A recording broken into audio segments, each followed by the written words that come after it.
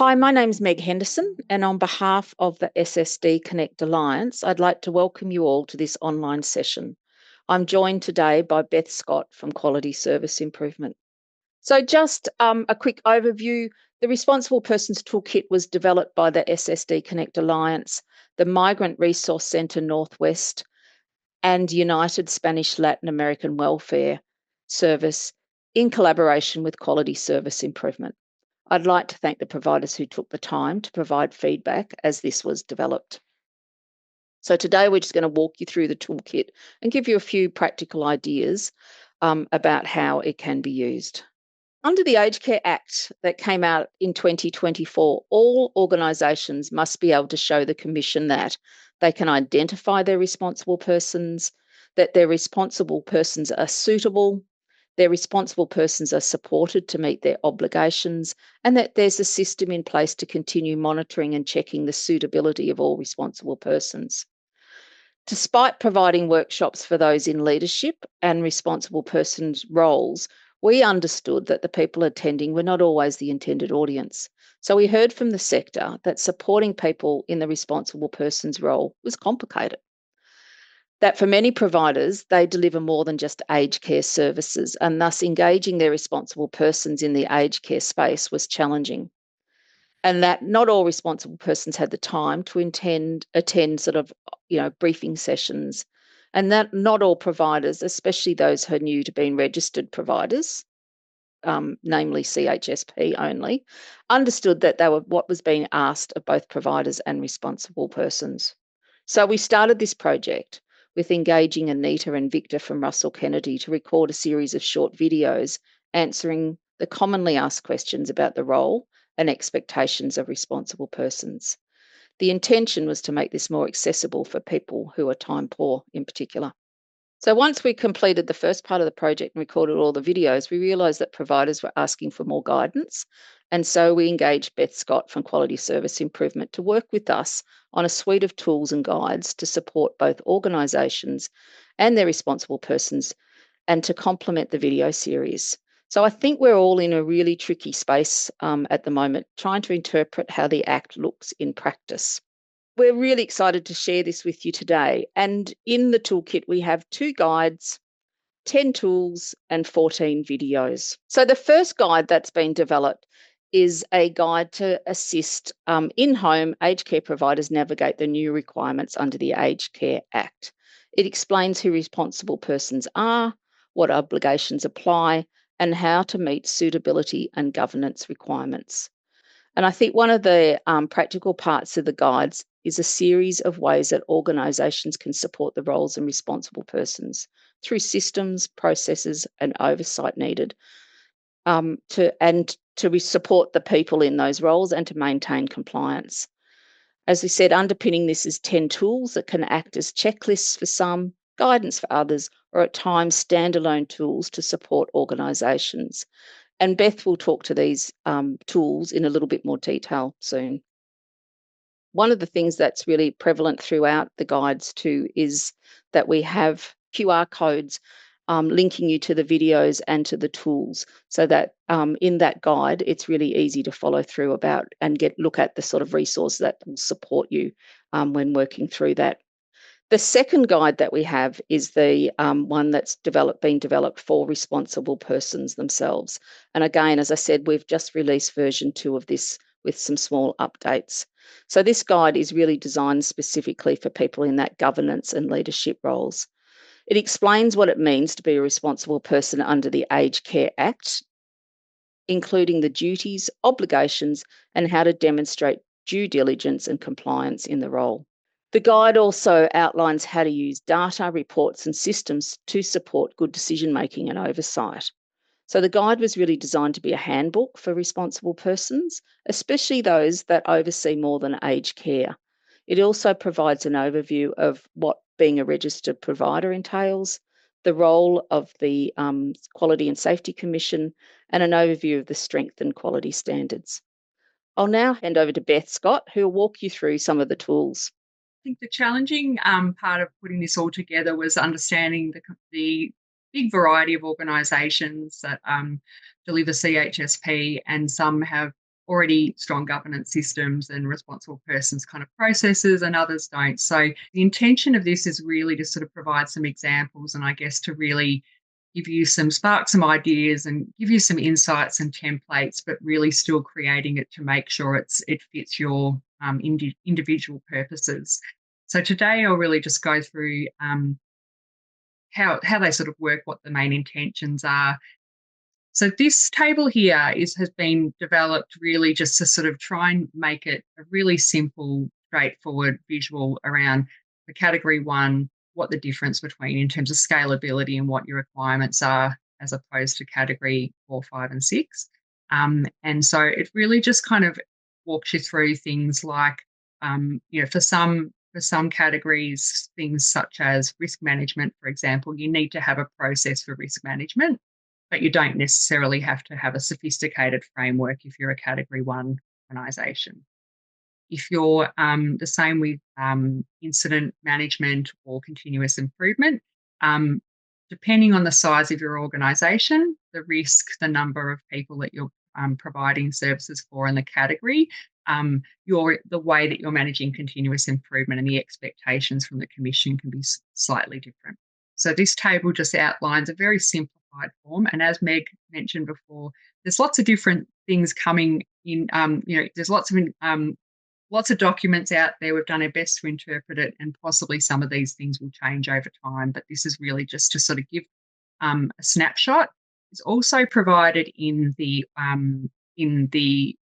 handbook for responsible persons, again, to just sort of say to them, hey, we're category 1 or we're category 2 and 3. These are the things that are expected, and these are the things that you should be thinking about when you're, attending management meetings or committee of management and making decisions about the organisation and trying to make sure that you're complying. This document is really, we're talking about strengthening and empowering responsible persons and making sure that we can demonstrate as organisations that we're giving them the tools to do the job. So the responsible persons policy template is really, a generic policy. If you haven't got one, it's a starting point. If you've got one, you might want to kind of look at 2 and see whether there's some things that you can, you might think, oh, I like the way this is done, or I like the way this is covered. If you haven't got anything, this is a great starting point for you so that you've got a responsible persons policy. Again, you'll still need to make some tweaks to it to make sure that it meets the requirements of your organisation, but it's just taking a little bit of the thinking out of actually having to create that policy from scratch. We heard from organisations, and this again was sort of as we talked to organisations about this, and some of the work that I've done in organisations, there aren't position descriptions for people on committee of management, for example. And so then it's a really challenging conversation around what they're responsible for.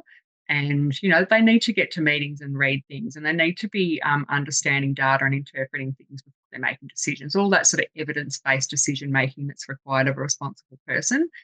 So this is just really a very basic, some examples of some responsible persons position description information that you could either copy and paste straight into what you've already got, or it might be the starting point if you've sort of looked at it and thought, well, we actually don't have position descriptions for our committee of management or our board members, or we could strengthen that area.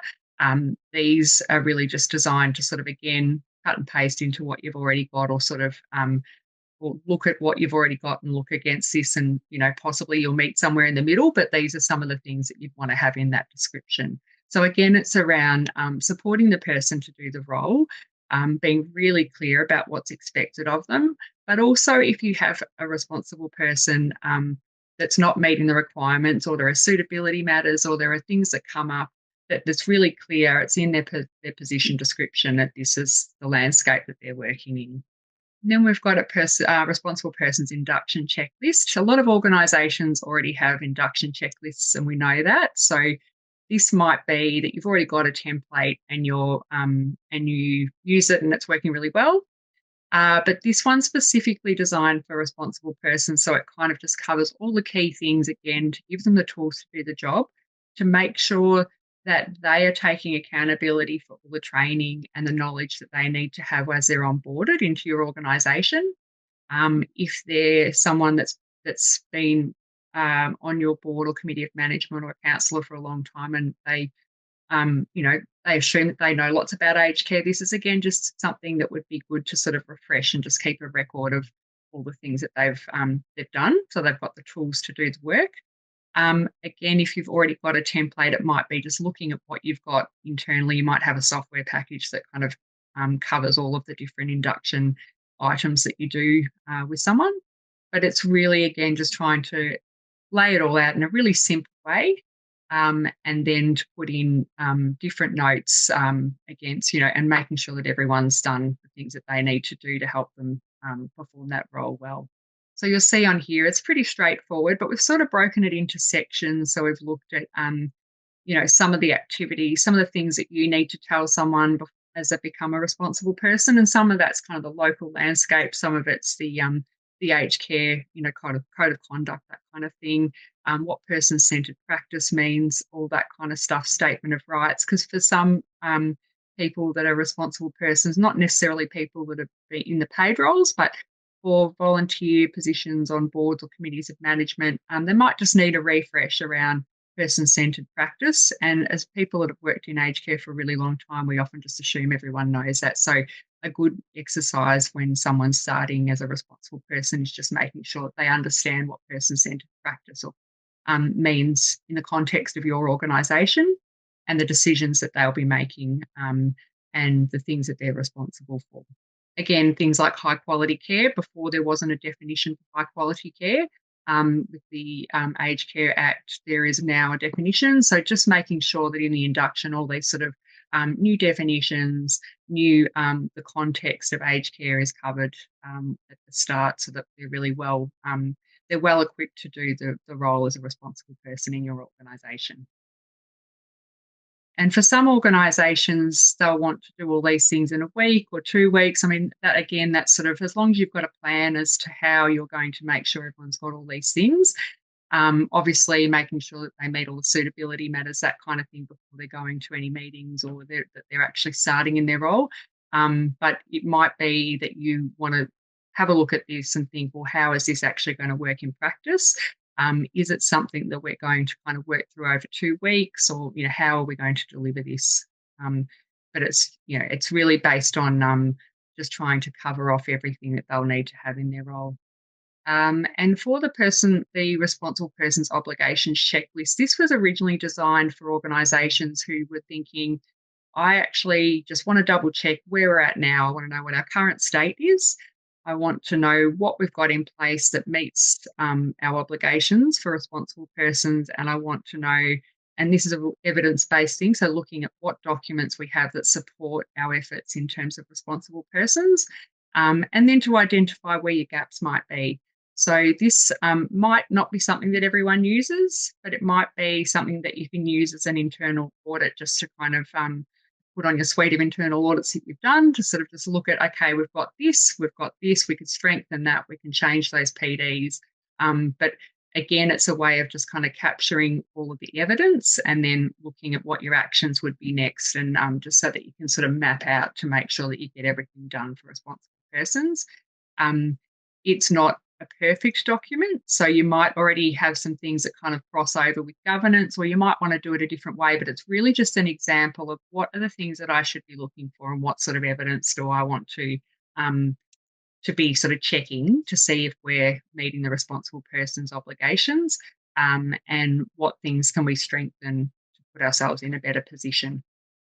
So you'll see here, for example, what must be in place and the kind of evidence that you'd be looking for. So making sure that your risk for this one, we've got statutory duty compliance, making sure that your risk registers are up to date and regularly reviewed.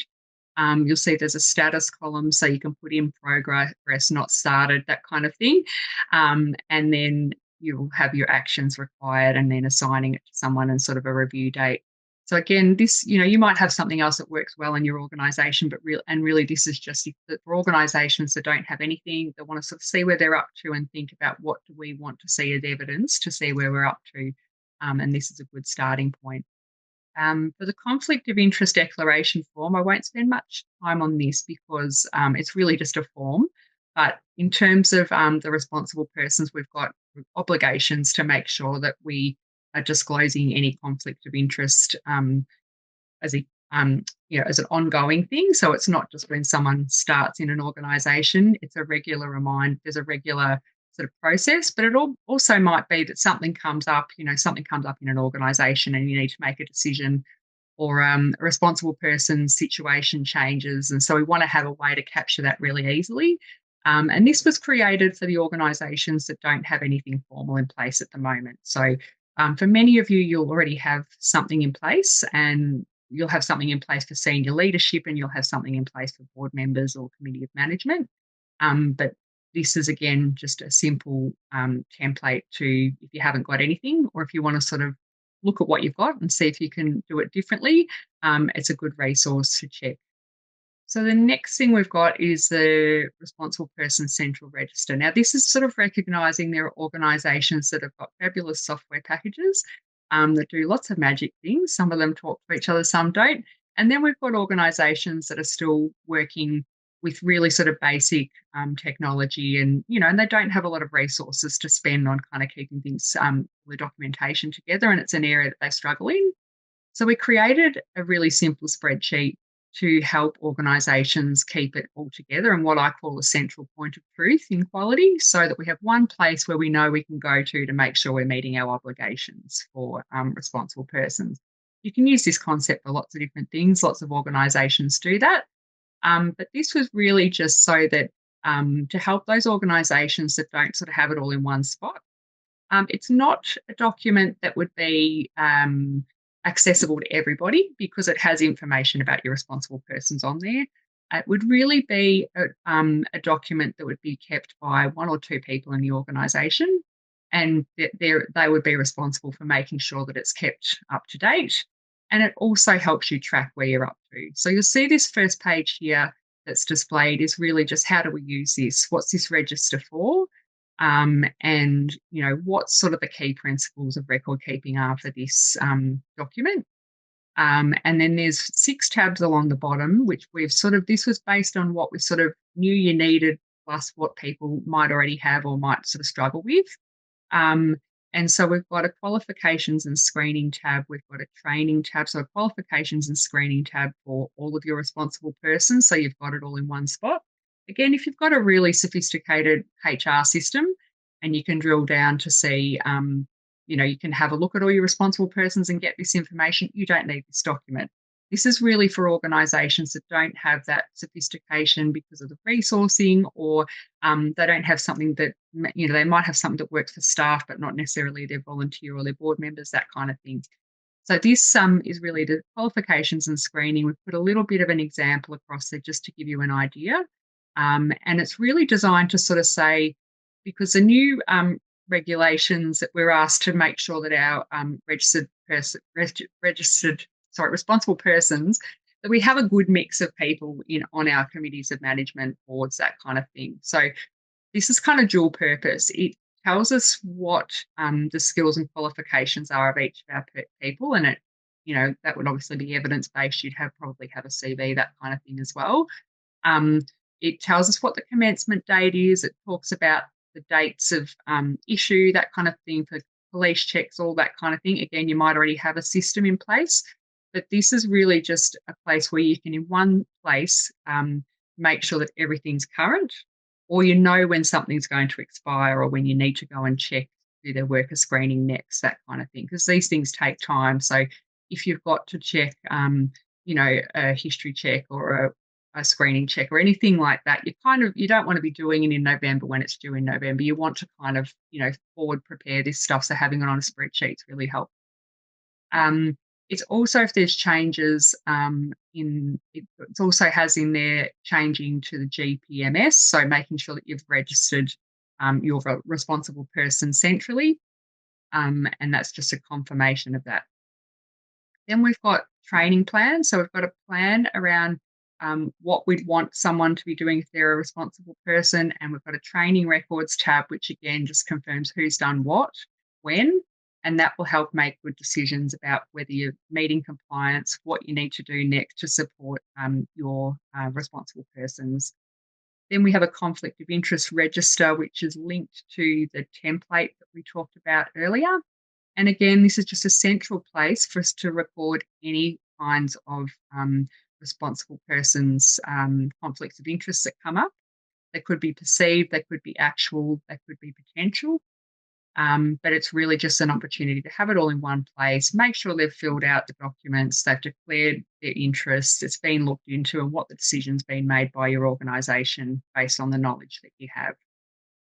And then we have another tab, which is suitability matters.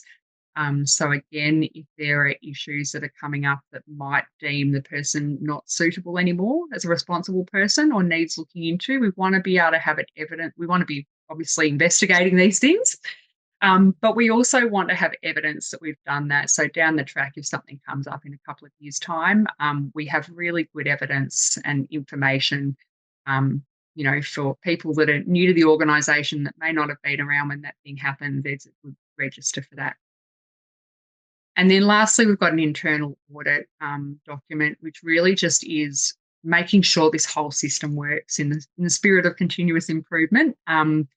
Just making sure that we've got, there's someone in the organisation that's going to kind of, as we try, implement this in our system, if this is something new, or if we're looking at how we're already operating, that it's really just looking at whether our system's working, where the gaps are, how we could change it a little bit to make it easier to manage, to make it easier to keep, documents. And it might be things like, there's actually something really significant that our responsible persons keep asking, and we probably need to add that into our induction because it's coming up all the time. So that would be something that might come out. But it's just demonstrating again that you're doing that sort of plan, do, study, act cycle of reviewing what you have, whether it's working, and then working out, and then putting any actions forward that you need to. So this is the responsible persons reporting schedule. And again, this goes back to empowering the responsible persons. So if you're a manager in an organisation, you're probably across what kind of reports come through and all that sort of stuff, and you have visibility on a day-to-day basis of what's happening in an organisation.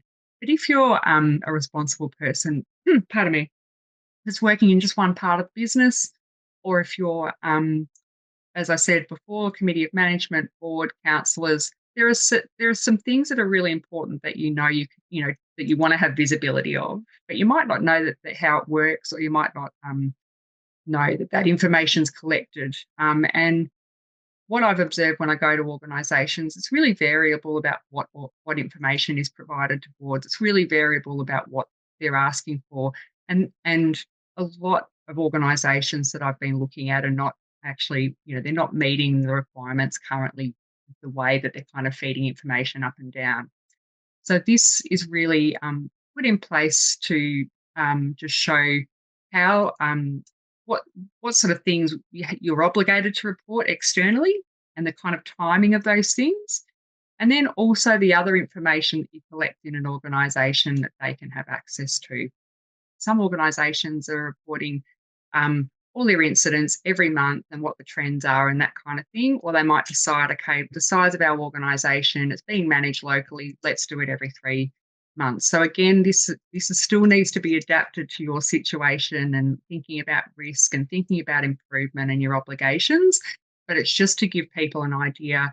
And if you were new as a responsible person, it also gives you an idea of what should people be given, what information should I have access to do my job well? And if I'm not getting that, what should I be asking for? So things like, incident reports and patterns and, all the things that if you've been working in this field for a really long time, is available. But it's just sort of an overview of what reporting sort of requirements there are and what things they can access. Now, the next one we're looking at is the responsible persons, the internal audit template. I get asked all the time about templates. I'm a little bit hesitant to create audit templates because I think it doesn't always serve your organisation perfectly for your situation. But this is just a generic tool based on something that you do each year, again, to sort of just review that everything's working and you're meeting your obligations. And we've put in some sort of simple key questions and some evidence that you'd be looking for to make sure that you're meeting your requirements. It's designed as a relatively quick simple tool. Um, my experience in organisations is that we don't have lots of time to do audits. Most people don't like them, but we've got to make them effective and we've got to make them serve us. So they're not just something to tick and say, hey, we've done this. Um, Again, have a look at it. And there might be some things you think, oh, we don't actually need to ask that question because we already do something else in our organisation that guarantees, that assures us that that's working well. So again, you like to put pen to paper, print it out, highlight bits that you don't need, keep the bits you need. Make sure it serves your specific organisation, but it's a good starting point for an audit just to think about the different things you're going to be looking for, whether they're working for you, and then what sort of actions, what's next for your organisation. So what needs to go on your improvement plan in terms of, okay, we've identified this area we need to strengthen. We're going to do that in the next 3 months. Beth Scott's going to do that with her team. So just to sort of keep it moving forward in a way that's going to serve your organisation. And you might already have an audit template, and that it might just give you some good questions to ask, for example, or some evidence that you might not have thought of. But again, it's just really sort of to try and get a starting point for you. So you'll see some examples here of some of the things that sorts of things that you'd be looking for. So if I was a responsible person new to an organisation, hadn't worked ever in aged care before, and I've seen this with boards and committees of management, all of a sudden they hyper focus on something that we're kind of used to every day. Sometimes that's good, sometimes that's not great. So what we want to make sure is all responsible persons have the right skills and the knowledge to do these things well. So when we talked about consumer voice, making sure that we're delivering person-centred practice, what we want to be able to show them and talk to them about are the things that we're already collecting anyway. So feedback, complaints, different surveys we might do, different ways that we're kind of working through things to understand what people are needing, and how we're improving services, that kind of. And then, so this is really just to sort of give you some examples of what the kinds of information you could provide to them, to help them with that. And so it wouldn't just be this is how many complaints. Obviously, it would be, we've had 30 complaints this month compared to the last few months or whatever it is. And these are the patterns we're seeing. So they're really designed to sort of show them the top end of the business, not sort of in the innards. They're not sort of involved in the day-to-day. So it's trying to work out a view for responsible persons that really assists them to make good evidence-based decision-making. The critical points are, this was really based on interpreting what the responsible persons need, what they need to be doing, what they need to understand to do their role well. We always, I'm of the view that we always need to start as we plan to finish, in terms of, anyone we on board needs to be really clear on what they're expected to do. But also there are fines and banning orders and all these other elements now that some people that have been on a board, for example, or have been in a senior role might not understand, completely. And there's been so much information coming out. So it's really just to sort of give them a bit of a reference point for some of those things. And then it's really trying to make sure that they know the definitions of things, that they understand that, we don't just induct and get people on board for responsible persons. We've got to keep checking. There are certain things that we're obligated to do, such as checking banning orders, that kind of thing, over the year. So making sure you've got a process for that. It's been around building capability and expecting accountability of responsible persons, and making sure that you've got really easy ways to keep all your documentation and evidence to support your practice. And so the critical thing is, these are never going to be everything to your organisation, but they're certainly going to help with some of the things you may not have had, or it might just help you think of a different way of managing the responsible persons in your organisation.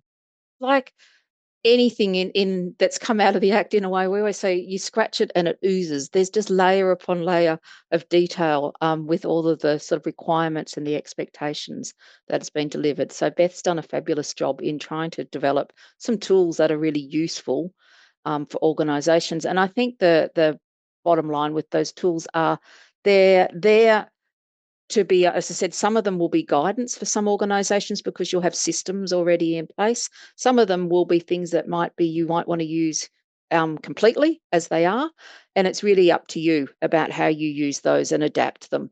And so some of the tools are there so that you can adapt and copy and take bits and pieces out of it so that they're most useful for you. So I just want to quickly talk you through the video series, and this is sort of where we started originally in this project.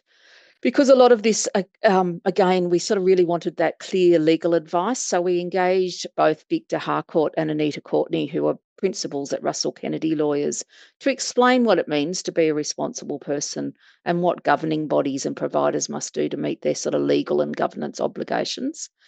So the topics covered in the videos come from the most asked questions that we were receiving, with the information being provided in chunks. So the idea was that it was sort of much more accessible for people who are probably time poor or might know bits of it, but just want to follow through on some of the detail. So the videos pretty much range in length from 2 to 6 minutes. And the topics include is things like who counts as a responsible person, governing body membership and governance requirements, suitability matters checks, disclosure, reporting requirements, obligations. There's one specifically about local government, and there's been quite a bit of chat going on in the background here around what do councillors qualify as responsible persons. So there's a really good advice there in that video. There was also a question around advisory bodies, and that's covered again in video 9. There's also a video about registration, duties and responsibilities, and the role of the Quality and Safety Commission. The last sort of main thing that we wanted to do today was just to show you where to go to download the toolkit. So we will give you a QR code that'll give you a direct link, but just if you're coming back to it at some point in the future and you want to sort of navigate our website, you go to the reforms page from the home page. Under the reforms page, there's a whole lot of different tabs here around different parts of the aged care reforms. So if you go to the governance section, and then from there, go to the responsible persons section, scroll down and you will find the whole toolkit there. All of the tools are available separately, as are the guide and the handbooks there, so that you can actually just download the ones that are of interest to you in there. So yeah, pretty easy to get it. And as I said, those videos, we've had others, people who have sort of used them and embedded them in some of their training and so on, because they give pretty good guidance and some clarity around some of the legalities and the nuances of some of this. So, yeah, it's all there together as we're scrolling through. As you said, there's 14 different videos that are really quite clear about their advice in there. Some of them are a little bit more about governance, but most of them relate to responsible persons in there. So, yeah, please, feel free to always come back to this sort of page. So here's the QR code. If you wanted to scan that now, you can. It'll take you directly to the toolkit on the website. I would very much encourage people to subscribe to our newsletter, where we will post when there are updates or additional tools being added to it. I think we will learn more as the Commission continues to do audits with organisations. We'll get a better understanding of the sort of what they're looking at and how they're looking at things. And I think then we'll be able to clarify things a little bit more in detail. So again, I think we will probably enhance things or change this a little bit. I just wanted to sort of say that today was brought to you by the SSD Connect Alliance. And the Alliance is a collaboration between the 7 local government areas and 2 community healths that are listed here on the page. We really work together just to bring the SSD resources and to reduce duplication, drive consistency. So we primarily focus on North Metro, West Metro and Loddon Mallee in Victoria, but obviously our tools and things that we develop are more available nationally as well. Here's a QR code and some bit.ly links and so forth to, if you haven't already subscribed to the newsletter, you're most welcome to. As I said, we collate quite a few and curate different resources and training in there. We have about 2.5 or just under about 2,200 subscribers, so it's quite well used resource. A big thank you to Beth Scott for joining us today and for the work that she's done on the toolkit, and also our partners in here. I see Barbara Leon was here from United Spanish Latin American Welfare, and also to Zainab Hussein from the Migrant Resource Centre Northwest. So thank you, everyone. We'll finish up there today. Thank you.